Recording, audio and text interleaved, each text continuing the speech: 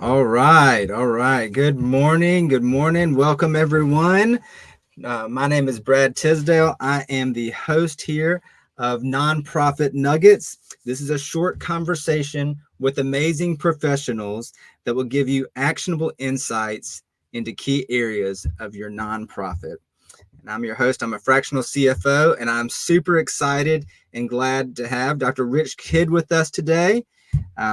Rich is a founding partner of Mission Leadership, and it's an executive search firm focused in the space that we both hold near and dear to our hearts, the faith-based nonprofit space. And so I love that. And so, Rich, thanks for being here and being on with us today. Well, it's an honor, and it's fun to see you, Brad. By the magic of podcast, uh, we're not in the same place. It reminds me of how we met. I don't even know if you know this story, but your boss at the time was a little bit nervous because when recruiters come around, bosses are a little bit nervous, and Right. I was recruiting for a CFO on the other side of town where you were, Yeah. and he let me know in no uncertain terms that you could give me a tour of the campus, but I was not to speak to you about going somewhere else. And I honored that. I didn't even mention it. So That's right. Well, here we thank you. are. There we go. Here we are a few years later. That's great. I appreciate that. That's great. That's great. How who you pulling for these days? We're in the middle of March Madness. Who you pulling for in the bracket these days? Well, during football season, I have to go with my wife's Georgia Bulldogs, but I revert to my childhood. I'm an NC State Wolfpack fan.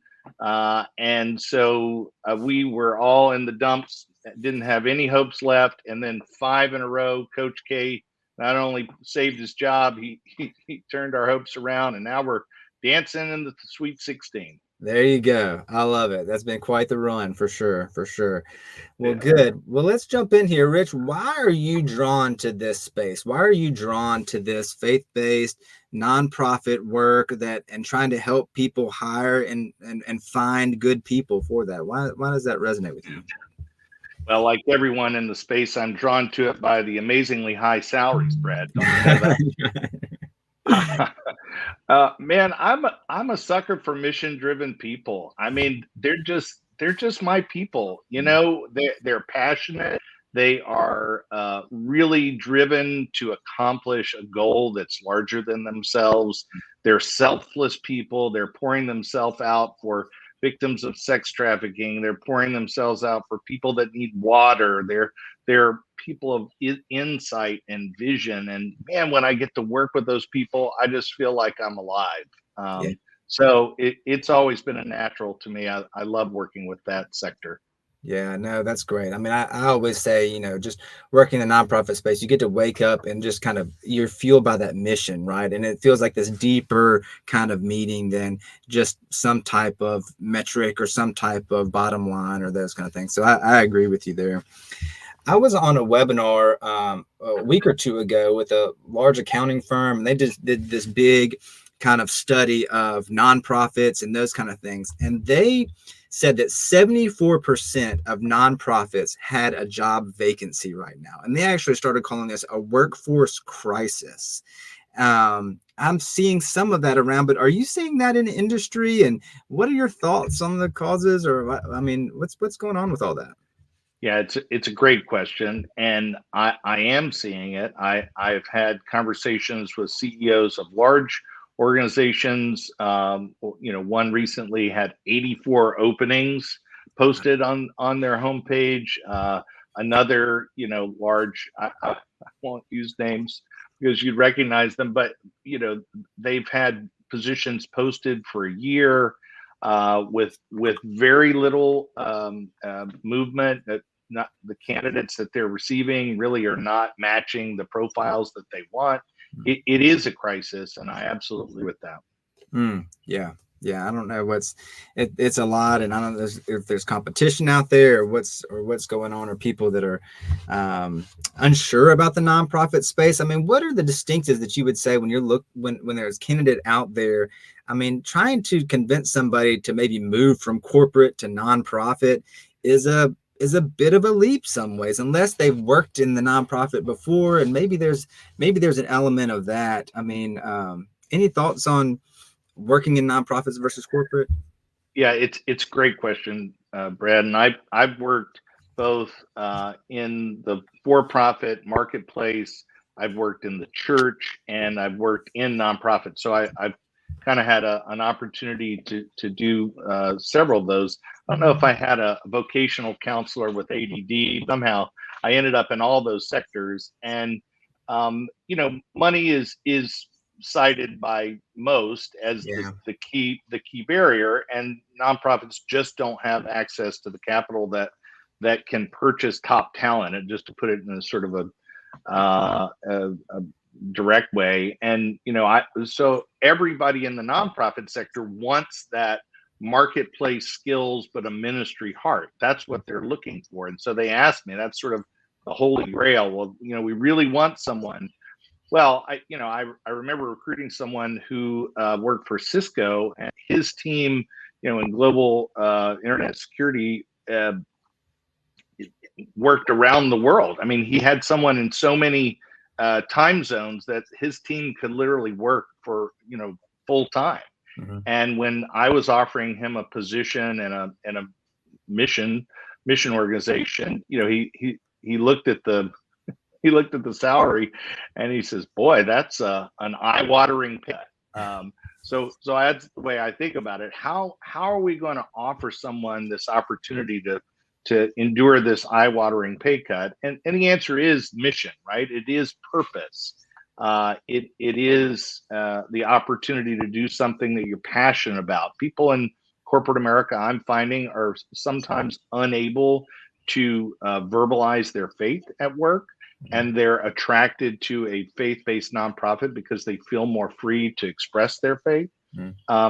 Sometimes nonprofits are able to be more flexible in work-life balance, and I'm absolutely finding, especially in the millennial generation, and Gen Z, I'm not sure we know quite yet what we're getting, but that I worked with a nonprofit recently, and we placed two people with extensive corporate experience.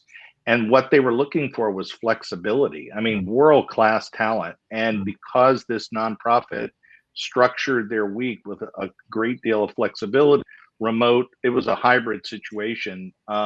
These people jumped at it. So there are ways of getting around it, but the crisis is real. Yeah, no, I love that. Yeah, so I hear you saying that. I mean, really a way to kind of recruit and identify candidates is to start looking for people that are looking for purpose and meaning and wanting to serve in those ways. And I do think that's a recruiting tool that has not been really kind of touted or identified, in the past. And so that could be definitely a differentiator, I would say, in the recruiting and hiring process. Absolutely. Another thing this study said too was that the hardest positions for nonprofits to find are in three areas: leadership, fundraising, and finances. And so, but those are really, really important positions. I mean, for any nonprofit. I mean, why do you think those are the hardest to fill? Well, I can't complain too bad, Brad, because that's why I have a job. That's about 8 out of 10 of the positions that we recruit for are top leadership positions. That is executive director, president, or CEO. Fundraising positions, that is from a chief development role, maybe a planned giving role, maybe a major gift officer. And then top finance officers. I've done that for a number of organizations. That's often when somebody has to wave the white flag and say, honestly, we don't have this particular specialty on our bench. It's the same reason quarterbacks are hard to find, and a team not doing well without a franchise quarterback or a wide receiver, or these days a tight end. Not that this is a sports podcast, but I think of those positions as sort of your skill positions. Not that others aren't skilled, but it's more rare. If you look at it from a statistical standpoint, someone who is able to do the complex process of leading in an organization, raising money, envisioning the future, coming up with a case for support.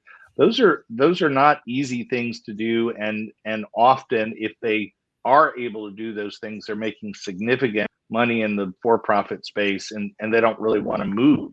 Mm. So I that's where I spend most of my time. So your question is why? Mm-hmm. Um, Fundraising is hard. Mm. On career day in ninth grade, somebody wanted to be a fireman, somebody wanted to be an astronaut. Nobody raised their hand and said, I'd like to ask people for money. That's what I Right. want to do with my life. Yeah. They didn't want to be a recruiter either. But Mhm. the truth is, most people come to that later in life, and it's not easy. It takes time to establish. And so, if the average tenure of a fundraiser is under 2 years, Wow. and it takes 18 to 24 months to get up and running in a fundraising situation, you can see the problem. You Right. don't know if you have somebody good or bad until it's kind of too late. You've Mm. spent money on them, and there's a lot of pressure. I mean, it's the sales function Right. in a nonprofit, and there's a lot of pressure on them, and sometimes unrealistic expectations. Mm. Sometimes boards think that they don't have to do anything in the vision. They don't have to do anything with the culture of the organization. They just hire a gunslinger to come in and raise money. And unfortunately, that's too transactional. Mm. Good, solid fundraising is about relationships, and it's more about finding out how you can minister to donors Yeah. and partner with them to allow them to accomplish their goals than it is forcing them or selling them to buy into the mission of your organization. Yeah, no, that's really good. That's really good.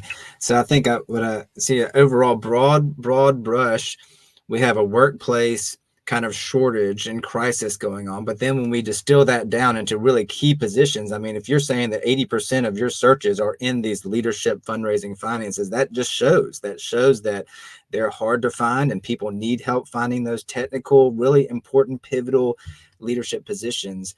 And so let's pivot a little bit and let's talk about, okay, well, how do we start doing this? How do we identify or find those positions if our nonprofit needs those or not? And I guess if I tried to simplify in my limited knowledge of doing this, but I try to simplify the hiring process down. One, I think you have to like pull in and get candidates' names somehow. You have to get candidates into the pipeline and understand and get names in to just get them, and then you have to vet and actually interview. So it's almost like I'm going to say like a two-part. I'm going to try to simplify it. You probably have like 10 parts, but I'm going to try to simplify two parts of like getting names in and then interviewing and vetting them. So those are kind of Yeah. does that sound about right? Yeah, they would call that sourcing, right? Okay. Sourcing the names, filling up your funnel with the names, and then once you've identified those names, vetting them, and then, as you said, interviewing and then onboarding. What I would say is that the most important step is the one you left out, which is the to start with, because um, knowing what you're looking for and what you need in a particular season of your organization is actually more important than running out and finding someone, right? Yeah. So there really needs to be a process, and I've actually worked with a number. We work in the social conservative policy world, and I actually have a friend who's a trained facilitator, and one of the things that he does is sort of the spade work, um, helping a board understand where is their organization, what do they need at this time, strategic plan. Do they need a turnaround person? Do they need a maintainer? Do they need an entrepreneurial visionary? What do they need now? And so you have to talk about that, because the truth is, most boards and most staffs come together, and they kind of create this Frankenstein monster of the perfect candidate that is Yeah. so unrealistic. We call that candidate Jesus on a unicorn, right? He's so perfect, and he can Right. do everything. He comes in with his rainbows and butterflies on the unicorn, that doesn't exist. So you may have to think about, pray about, and I haven't said that word yet. Pray is the first step. You got to pray. I Yeah. mean, Jesus, our Lord, spent the entire night in prayer the night before he chose his disciples. Mm. And as I understand it, he's pretty close to the Lord already. Yeah. So, if he chose to spend the whole night in prayer before he made an important leadership selection, certainly Mm. we can. And Mhm. so I think that act of prayer and asking the Lord for wisdom, and then putting down those key dynamics. What are we looking for? And ultimately, I think that there are about three, no more than four non-essentials in each important leadership characteristic. There are lots of things that are nice to haves, Mhm. but figuring out those can't fail at competencies. We've got to have this. When you force yourself that to have that kind of discipline, to force rank those competencies and say, okay, this is what we're looking for. It does several things. First, it puts the sign up there. You must be this tall to ride the train. If you Mhm. need 10 years of experience, you need 10 years of experience. If you need a CPA, you need a CPA, right? Yeah. And the nonprofits have so much work in the soft skills. Sometimes you fall into the, hey, I know a guy, right? There's always Right. that guy or that gal on your board that's like, hey, I know a guy. Yeah. And you're like, oh, he knows a guy, great. Mhm. You have no idea what the person is like, but he knows a guy, and we trust Brad knows a guy, Mhm. right? And then you're hiring the person, not to the profile. You have to ask, great, Brad, you've sourced us a wonderful company. I actually think that's one of the secrets, is having your board and having your senior leaders dig into their network. But Mhm. once they do, you have to hold them up against that profile and say, Mhm. is this person what we need at this time? Yeah, it's great, they can do X, Y, or Z, but do they do what we need? And Mhm. so that comes first. Praying for wisdom, setting a profile. We call them opportunity profiles, because it's more than just the job description. Mhm. You go through your organization and understand the strengths and the selling points of your organization, and then where you are in that strategic leadership cycle, Mhm. and then you go out and source. And it's important. There's lots of great tools, to help you source. uh Knowing a guy is important, Mhm. and we do it all the time. Mhm. But most of the time, you don't actually know the person. If you really want to supercharge your networking, you have to talk to somebody that's not in your current network, because the truth is, you and I, Brad, have pretty similar. I haven't even looked at our LinkedIn Mhm. profiles. I bet we have 700 common, connections. Right. You would be the wrong person to talk to, because we have a great overlap. Mhm. And so I have to actually talk to one of your friends Mhm. that is in a slightly different network. And that's where you find your harder to access candidates. So Mhm. networking is a skill, and you have to amplify it by going beyond your own network. Gotcha. Man, I love that. I love that. So, yeah, you really kind of just brought a bigger, kind of deeper sense of meaning and purpose to this hire. It's not just plugging a hole and saying, oh, I need a director of development or a fundraiser or, those kind of things. You're actually saying, where is the organization at right now? What stage is it? And therefore, what type of person, what skill set do they need? Because it's not just, oh, have you done fundraising, or have you done finance, or have you been a executive director before? There's certain specific skill sets that might not be on a resume or a LinkedIn profile that we're talking about here, that really are what the organization needs. And so and like you said, a lot of times that's just prayer and discernment and talk and try and really kind of real talk, maybe internally in some ways, to be honest about where the organization is and what they need. um, yeah, I love that. That's really helpful. Well, and you asked a question about interviewing. My definition of an interview is a meeting between two liars. Mhm. And what I mean by that is your candidate's going to tend to put their best foot forward and tell the best version of themselves, and the organization is going to do the same. It's sort of like a first date. Nobody Mhm. wants to, confess to all their deepest, darkest secrets on a first date.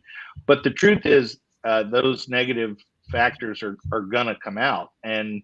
and unfortunately there'll be a divorce before you know it. In a good interviewing process, you disclose where the organization really is.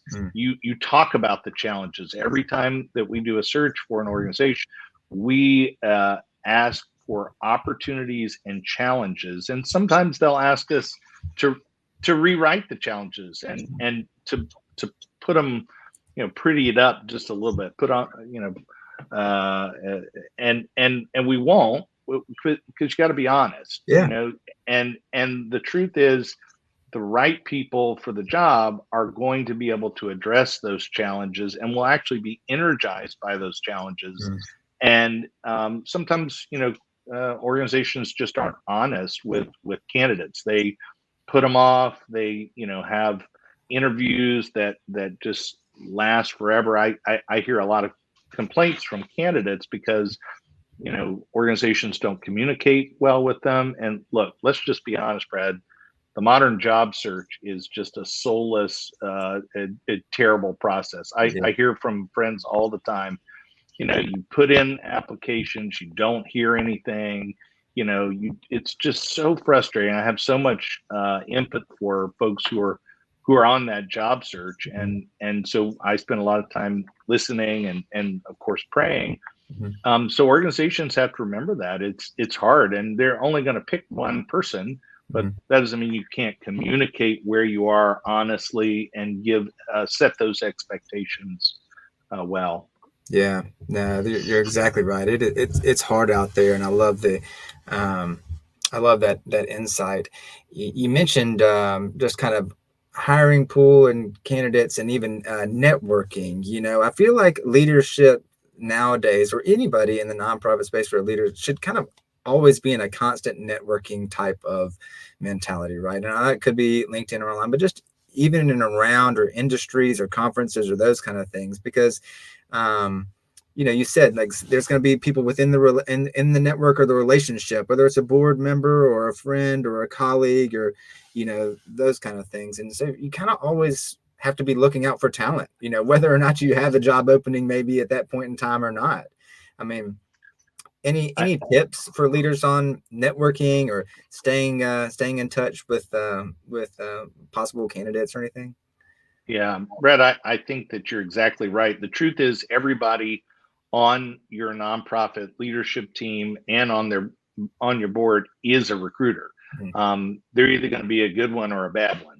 And so the ways that you talk about your organization on social media, the ways that you talk about what you're doing when you're at a conference in your industry vertical, and we go to a lot of them. We go to Missio Nexus, we go to International Association of Christian Education, we go to the Accord Network, and when we're there, we're talking with folks, and when they're excited about what's going on at their organization, when they're sharing successes and challenges. I mean, it makes it so attractive. People today want to be part of a healthy work culture. I hear so many folks, really bemoan the toxic work culture and toxic leaders, and so true. The old adage, people don't quit a job, they quit a manager. And boy, those what I call shut up and color leaders who kind of rule with an iron fist. They're driving people out. But if you've got a healthy culture, you are a recruiter. Tell people about it. Tell people about what the staff does. Tell people about how you experience that staff as healthy and life-giving. And I think that's the opportunity more. You're really recruiting through your culture, and that old adage, culture eats strategy for breakfast. I never found out what culture eats for lunch, but supposedly it always has strategy for breakfast. But the truth is, people want to be a part of a group like that. So go together, take the team. And when the team is together, and I use sports analogies consistently, Brad, and I apologize for that. My daughter says that Not everybody thinks that way, but my son is a soccer player, and we've just gone through the whole recruiting process. Mhm. And they want to show you the great facilities. They want to show you, of course, the one loss records. They want to show you, show me the money, right? But Mhm. the most effective strategy that we experienced in all of the schools that we went to who wanted him to play soccer was the one that brought him and had a team event, and they did it specifically for him, and they knew he was looking at the school, and so they had a time where all the men's soccer team came together, watched a movie at the coach's house, had Mhm. ice cream, and they just talked to my son. And Mhm. that the power of culture to Mhm. be a magnet to draw him in, it was amazing to watch. He forgot his dad was there. He forgot, it was just he was a part. And Mhm. that's what people want to be. They want to be a part of a healthy working team that actually cares about each other.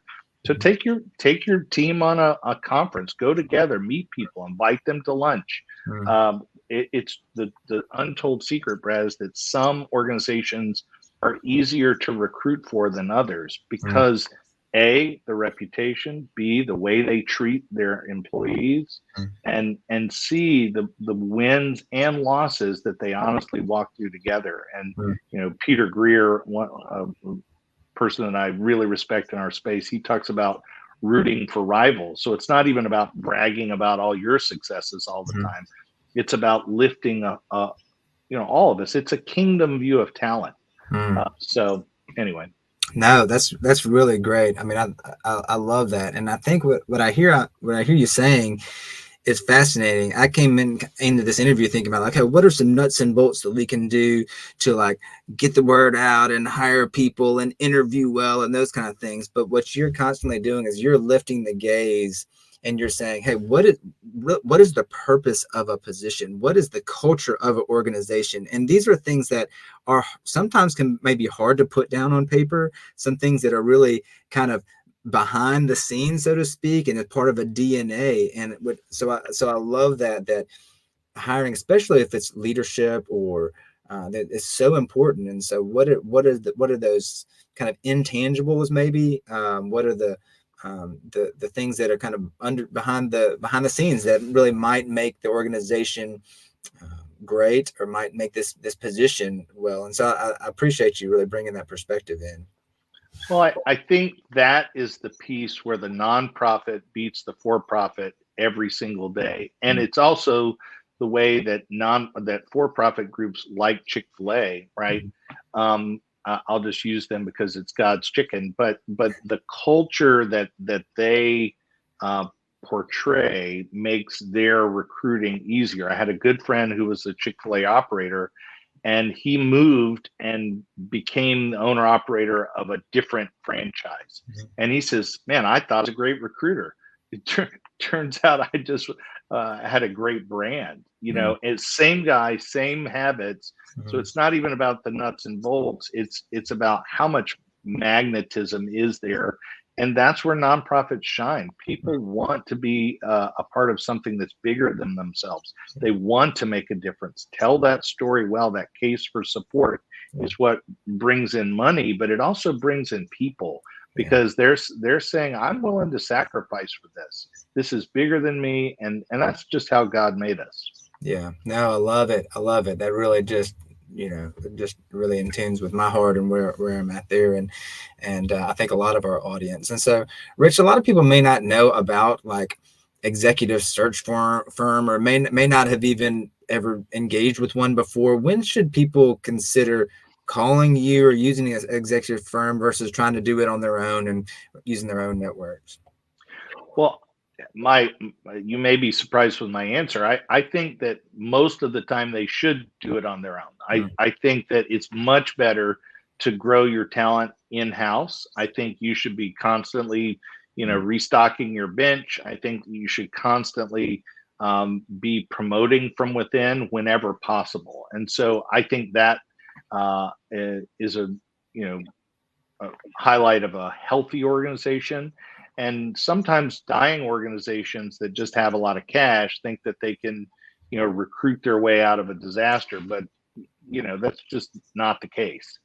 So I hope and pray and hope that there are folks like you who are equipping nonprofit organizations to hire most of their people from within, train well, have a great succession planning pipeline, all of that on their own within the organization. That having been said, there are certain times when those skill positions typically, and it is people think about recruiters on the candidate side when they've been in a couple of different positions, and now they're thinking, okay, I've done it here for 10 years. Where might God be calling me? That's when they reach out to us. So it's probably not an entry level organization. It's probably an executive or C-suite role, and it's one that you just don't have the network, finance or development or that top level CEO or executive director. Those tend to be the times, and because we have been doing this, I've been doing this decade, because we have tools and we do this all the time. We have good hiring discipline, and so we're going to give them the tools to make stellar hiring decisions. It's not our call. They're the ones who God will give the wisdom to, but we're going to give them the tools. So that's when you call for help. Phone a friend. Yeah, that's tag right. out to your. Now I'm an old wrestling fan, so that's when you tag your partner and you cut off the top ropes and help save the day. You'll get a pin. There it Gotcha. is. Gotcha. There you go. I like the Regis Philbin reference to phone a friend. There we go. I love it. I love it. Well, good deal. Well, let me just kind of wrap up and try to kind of bring it home for our listeners and try to figure out what really we were. And I love this. You really encouraged us on the front end to just pray for wisdom and guidance and the connections that are out there, and start there. It's not necessarily developing a job description or pulling it out of the old HR file or getting somebody right. It's really praying for guidance and wisdom as we start this process and going through it, because these are important positions. These are people that really, when we hire, ideally they're going to be with us and on our team for a long time. So we want to make sure that that we do have we do soak it and bathe it in prayer. Another piece here is network vigorously. Just through website, board, leadership team, and friends. We talked through some of that as well about how to do that at conferences, or just always be kind of recruiting, right? And that's that's right. ABC, always be closing. It could be always be recruiting, because you never know when God's going to bring that right person to your team. That's right. Or even if like you said, if you don't have that position open right now, it might be in a few years. And so you always just want to be in the right circles with people that are like-minded and that might fit your culture, be a culture fit. And the last one was interesting. You mentioned this a little bit, but I'd like to hear you just talk about, you say, 3 to 4 non-negotiables, which I love simplifying that down. But what do you mean by hire slow? Yeah. Well, they say hire slow, fire fast. We tend to do the opposite. We hire on the 98.6 theory. We've got to have somebody in here. Well, now you have somebody. Yeah. You could have been a little bit more specific, other than that they have a pulse. Mm-hmm. So I think that we all have biases in hiring, and we have to accept that. We have to involve the team in the hire. We have to, on the front end, establish the profile. Like I said, we have to network thoroughly. Hiring fast is a product of anxiety. You're anxious about where you're at. You're anxious about the future of the organization. So you just hire somebody. You gotta trust the process and establish your criteria. And if you actually believe that God called you to do what he called you to do, then he's going to bring the people. That's a kingdom view of talent. They don't even belong to us. I don't believe in talent acquisition, because we don't own the people that work for us. God owns them. And so we have to ask him and trust him. And so filter through them and listen, and ask good questions and involve people who have to work with them day to day. We always ask the people in an admin function, because they know the character of the people around.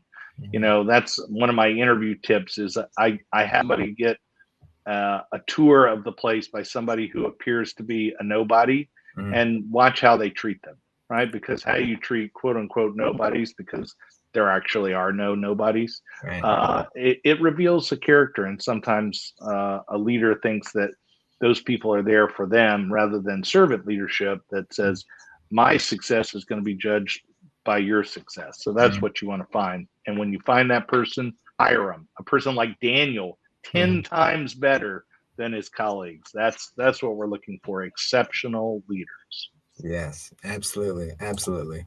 Well, thank you. It's been really great. I've enjoyed it very much. Just dropping some good wisdom there, and just really encouraging our audience to take the time to hire and to put it before the Lord and to consider where we're at, instead of just checking the box and moving on and trying to get somebody in the seat. And that's not going to usually work out, I think, is what I hear you saying here. So thank you for the time to be on today, and I hope everybody's been able to glean some wisdom and pull out some good nuggets of wisdom here for the audience. If I can ever be of any help out there for anybody in the COO space, CFO space, or just running the business side of the nonprofits, then please reach out to me on LinkedIn or through email. Rich, how can everybody get in touch with you? Well, they can check out our website, www.missionleadership.org. And I'm simply Rich at missionleadership.org. Easy to find us. Wonderful. Thank you, Rich. Appreciate it very much. Thanks, Brad. It's been an honor. Thank you.